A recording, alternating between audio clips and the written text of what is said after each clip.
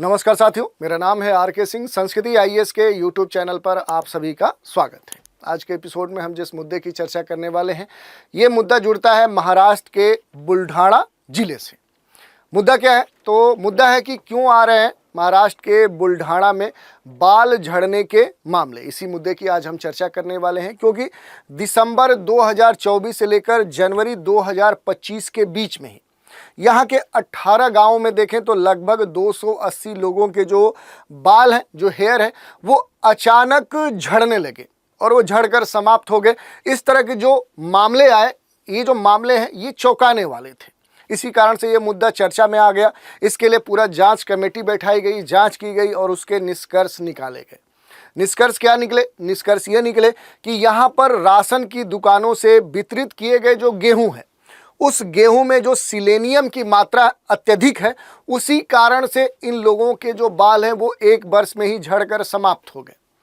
तो इसी मामले की चर्चा करेंगे, क्योंकि ये जो मामला है, ये जो स्थिति है कि इस स्थिति को कि कम समय में ही जो सभी बाल हैं वो झड़ जाते हैं, जिसे एक्यूट ऑनसेट जो एलोपेशिया टोटलिस है ये कहा जाता है। तो ये स्थिति होती क्या है, इसके पीछे कारण क्या है, और ये जो अचानक बाल झड़ने के जो मामले आए, इसके लिए जो जांच कमेटी बैठाई गई, आखिर उसने क्या जांच किया, क्या निष्कर्ष निकाला, और इसके संदर्भ में जो भौगोलिक कारक हैं, सरकारी जो राशन की दुकानें हैं, वो कितना जिम्मेदार हैं, और इस पूरे घटनाक्रम में जो सिलेनियम की चर्चा हो रही है, आखिर ये सिलेनियम होता क्या है, इसके क्या सोर्स होते हैं, क्या स्रोत होते हैं, इसका कार्य क्या होता है हमारे लिए, इसकी आवश्यकता क्यों होती है, या फिर इसके दुष्प्रभाव क्या है, ये सभी बिंदु हैं जिन पर एक एक करके आज के एपिसोड में हम चर्चा करने वाले हैं। तो क्यों सामने आ रहे हैं बुल्ढाणा में बाल झड़ने के मामले? इस पूरे मामले की अगर हम बात करें कि आखिर ये मामला क्यों चर्चा में है, तो बुल्ढाणा जो है वो महाराष्ट्र का एक डिस्ट्रिक्ट है, और इस डिस्ट्रिक्ट में क्या है कि दिसंबर 2024 से लेकर अगर हम बात करें तो जनवरी 2025 में अगर देखें तो इस बुल्ढाणा जो डिस्ट्रिक्ट है, यहाँ के लगभग जो 18 गांव हैं, इन गांवों में 200 से अधिक जो लोग हैं, उनके जो बाल हैं वो अचानक झड़ गए। इस तरह के झड़ने के मामले सामने देखने को मिले। इस कारण से ये जो मामला है ये चर्चा में आ चुका, और ये कहा जाने लगा कि आखिर ऐसा क्यों अचानक होने लगा है, ऐसा कौन सा चेंजेस यहाँ पर हो गए हैं जिस कारण से इस तरह के जो मामले हैं वो देखने को मिले हैं। इसी के लिए एक विशेषज्ञ जो कमेटी है, जो एक जांच कह सकते हैं कि डॉक्टरों की एक टीम है, वो गठित की गई और उसने इस पूरे मामले की जांच की और इसके संदर्भ में कुछ खास ठोस कह सकते हैं निष्कर्ष दिए, उस पर भी हम बात करेंगे। इसके अलावा अगर हम बात करें कि यहाँ पर ये कहा गया कि ये जो अचानक बाल झड़ने के जो मामले हैं, तो इस स्थिति को कहा गया कि ये स्थिति क्या कहलाती है, तो एक्यूट ऑनसेट एलोपेशिया टोटलिस कहा जाता है, जिसमें क्या होता है कि सभी जो हेयर हैं, सर के जो बाल हैं, ये क्या होते हैं, अत्यधिक कम समय में ही झड़कर समाप्त हो जाते हैं। और आम तौर पे ये कहा जाता है कि इस तरह की जो समस्या है, जो प्रॉब्लम्स है, ये समस्या जेनेटिक होती है, ऑटो इम्यून के कारण होती है, लेकिन इतनी बड़ी संख्या में इतने लोगों पर इसका जो अचानक असर देखने को मिला, तो ये चिंताजनक विषय हो गया और इसी कारण से इसकी जांच भी की गई। प्रभावित जो व्यक्ति हैं उनमें मुख्य रूप से देखें तो जो कॉलेज जाने वाले जो छात्र हैं, जो युवा लड़कियां हैं, जो महिलाएं हैं, वो इसमें शामिल पाए गए। तो इस कारण से ये भी कहा गया कि इनमें इतनी तेजी से तो बाल नहीं झड़ने चाहिए, कि एज फैक्टर तो यहाँ काम नहीं कर रहा है।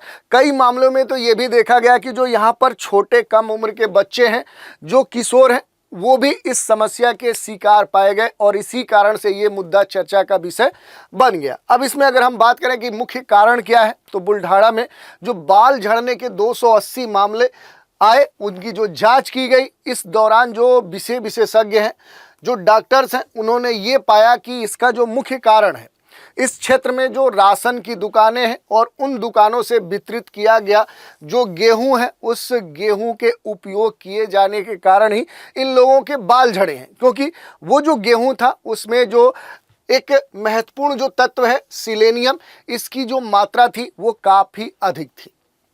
ये कहा गया कि इस क्षेत्र में जो बुल्ढाणा है महाराष्ट्र का, यहाँ पर ये जो गेहूं यहाँ पर सरकारी दुकानों से वितरित किया गया था, ये गेहूं इस क्षेत्र से उत्पादित नहीं किया गया था, बल्कि यहाँ पर जो गेहूं है ये पंजाब और हरियाणा राज्यों से क्या किया गया था, यहाँ से ये आयातित किया गया था, वहाँ से मंगाया गया था और फिर यहाँ पर सरकारी दुकानों से यहाँ के स्थानीय लोगों के बीच में वितरित किया गया था। स्थानीय स्तर पे उगाए गए जो गेहूं है उसकी तुलना में आयातित जो गेहूं था उसमें सिलेनियम की जो मात्रा पाई गई वो 600 गुना अधिक पाई गई और यही कारण इसके पीछे बताया गया।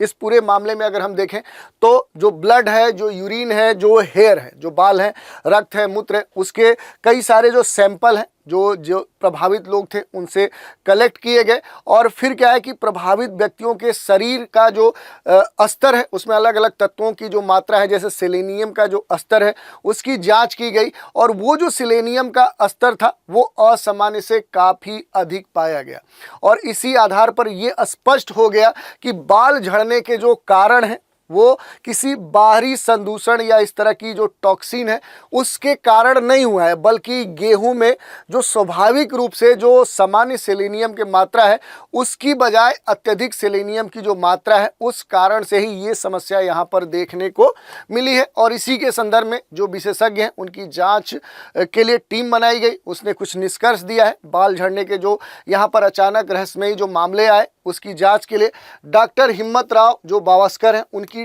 टीम एक बनाई गई और उन्होंने प्रभावित लोगों के जो ब्लड है, जो यूरिन है, जो हेयर है, उसके जो सैंपल हैं वो इकट्ठा किए, गहन इसकी जांच की गई और इसके कुछ महत्वपूर्ण निष्कर्ष निकाले गए। जो सैंपल लिए गए थे उन सैंपल्स में जो ब्लड थे उसमें जो सिलेनियम का लेवल था वो जो लेवल था वो सामान्य जो सिलेनियम का लेवल होता है उससे 35 गुना अधिक पाया गया, बल्कि यूरिन में जो सिलेनियम का स्तर होना चाहिए उससे उसका लेवल 60 गुना अधिक पाया गया और ऐसे ही बालों में जो सिलेनियम का स्तर है वो सामान्य से 150 गुना अधिक पाया गया।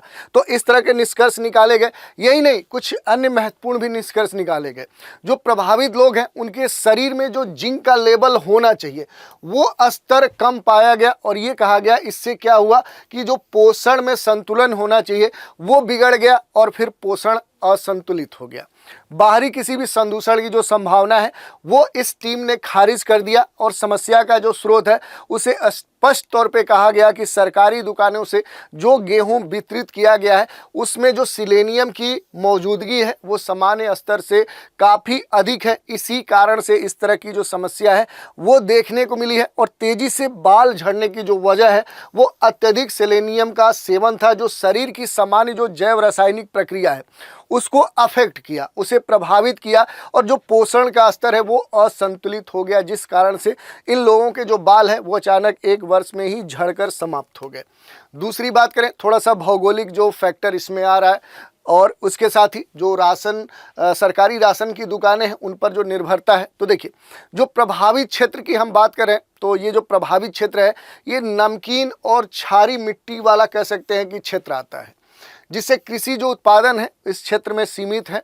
बार बार सूखा पड़ने के कारण भी यहाँ पर स्थानीय स्तर पर देखें तो जो कृषि फसलें हैं, अनाज फसलें, उसका उत्पादन कम होता है। इस कारण से यहाँ के जो लोग हैं वो सरकारी कह सकते हैं कि जो राशन की दुकानें हैं उन पर निर्भर हैं, क्योंकि स्थानीय स्तर पर उत्पादन उस स्तर पर नहीं है जितना की डिमांड है। सरकारी राशन की जो दुकानें हैं उनसे मिलने वाला जो गेहूं है इसकी जो गुणवत्ता है इसकी जांच नहीं की जाती है। खाद्य सुरक्षा के जो नियम है उसमें कठोर जो मानक है उनकी कमी के कारण भी ये समस्या खुलकर उभर कर आई है।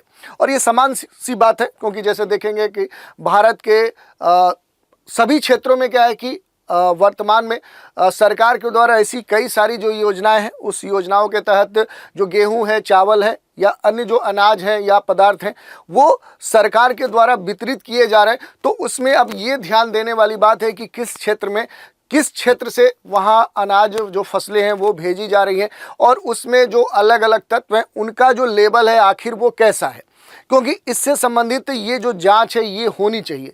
क्योंकि उस क्षेत्र के जो लोग हैं जो इस तरह के जो कह सकते हैं कि पदार्थ हैं, जो तत्व हैं, इनका इस्तेमाल करें तो उनके ऊपर इसका निगेटिव इम्पैक्ट पड़ सकता है। इस कारण से इस तरह की जो समस्याएं हैं वो हर जगह हो सकती हैं, ये अलग बात है कि वो सामने नहीं आई हैं। तो इस तरह की जांच हर क्षेत्र के लिए की जानी चाहिए कि अगर वहाँ पर कोई इस तरह के खास प्रभाव अचानक सामने आए हैं। अब इस पूरे मामले में चूंकि सिलेनियम की चर्चा हो रही है तो ये महत्वपूर्ण प्रश्न उठता है कि आखिर जो सिलेनियम ये है क्या। सिलेनियम के बारे में देखें तो ये आवश्यक एक खनिज क्या है, एक मिनरल है। ये क्या है और कुछ नहीं है, एक खनिज है, एक मिनरल है। और ये हमारे शरीर के लिए क्या होता है, देखें तो ये जो आवश्यक खनिज है, ये मिनरल है जो शरीर में क्या करता है, एंटीऑक्सीडेंट और जो चयापचय है, जो मेटाबॉलिज्म की जो प्रक्रिया है, उस प्रक्रिया में सबसे महत्वपूर्ण भूमिका निभाता है। तो ये हमारे शरीर के लिए इस कारण से महत्वपूर्ण हो जाता है कि दो बातें इसमें देखने को मिलती हैं। एक होता है कि ये हमारे लिए एंटीऑक्सीडेंट का काम करता है। किस लिए महत्वपूर्ण है, तो ये हमारे लिए एंटीऑक्सीडेंट का काम करता है। दूसरा, ये हमारे बॉडी में जो मेटाबॉलिज्म की प्रक्रिया है उसमें सबसे महत्वपूर्ण भूमिका निभाता है।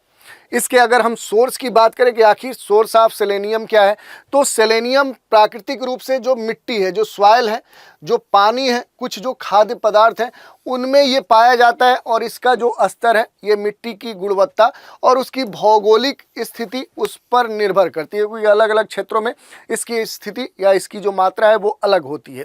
अगर कुछ नेचुरल सोर्स की बात करें, प्राकृतिक सोर्स की बात करें जिसमें सेलेनियम पाया जाता है, तो देखिए जो अनाज है, जो दालें हैं, जैसे गेहूं है, चावल है, सोयाबीन है, इनमें क्या है कि इनमें सेलेनियम पाया जाता है। नट्स हैं, बीज हैं, जैसे ब्राजीलियन जो नट्स है, सूरजमुखी के जो बीज हैं, इसमें भी सेलेनियम पाया जाता है। जो डेयरी प्रोडक्ट्स हैं, जैसे दूध है, पनीर है, दही है, इसमें भी क्या है कि सेलेनियम पाया जाता है। मांस और अंडे, चिकन, मछली, अंडों में भी सेलेनियम पाया जाता है। समुद्री जो भोजन है, ट्यूना, सॉल्मोन, झींगा, इस तरह की जो कह सकते हैं कि जो मछलियां हैं, इनमें पाया जाता है। सब्जियों में प्याज, लहसुन, मशरूम, जो ब्रोकली है, इसमें खास तौर पे सेलेनियम पाया जाता है।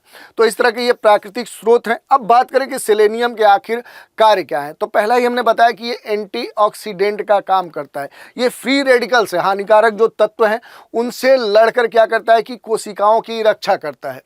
थायराइड जो ग्रंथि है उसे भी ये बैलेंस करता है, क्योंकि जो थायराइड हार्मोन है उसके उत्पादन और संतुलन में जो सेलेनियम है ये सबसे महत्वपूर्ण भूमिका निभाता है। जो प्रतिरक्षा जो प्रणाली है, जो इम्यून सिस्टम है, उसको ये क्या करता है, उसे और स्ट्रांग बनाता है। और इस कारण से जो भी संक्रमण है, जो बीमारियां हैं, उनसे बचने में ये हमारी मदद करता है। बाल, त्वचा और नाखून के लिए क्या है, ये बेनिफिशियल है। ये त्वचा और बालों के विकास में सहायता करता है। और हृदय और मस्तिष्क के लिए भी ये काफ़ी बेनिफिशियल है, क्योंकि ये हृदय संबंधी जो रोग हैं, न्यूरोलॉजिकल जो डिसऑर्डर हैं, जो प्रॉब्लम्स हैं, उनसे बचाने में भी हमारी मदद करता है।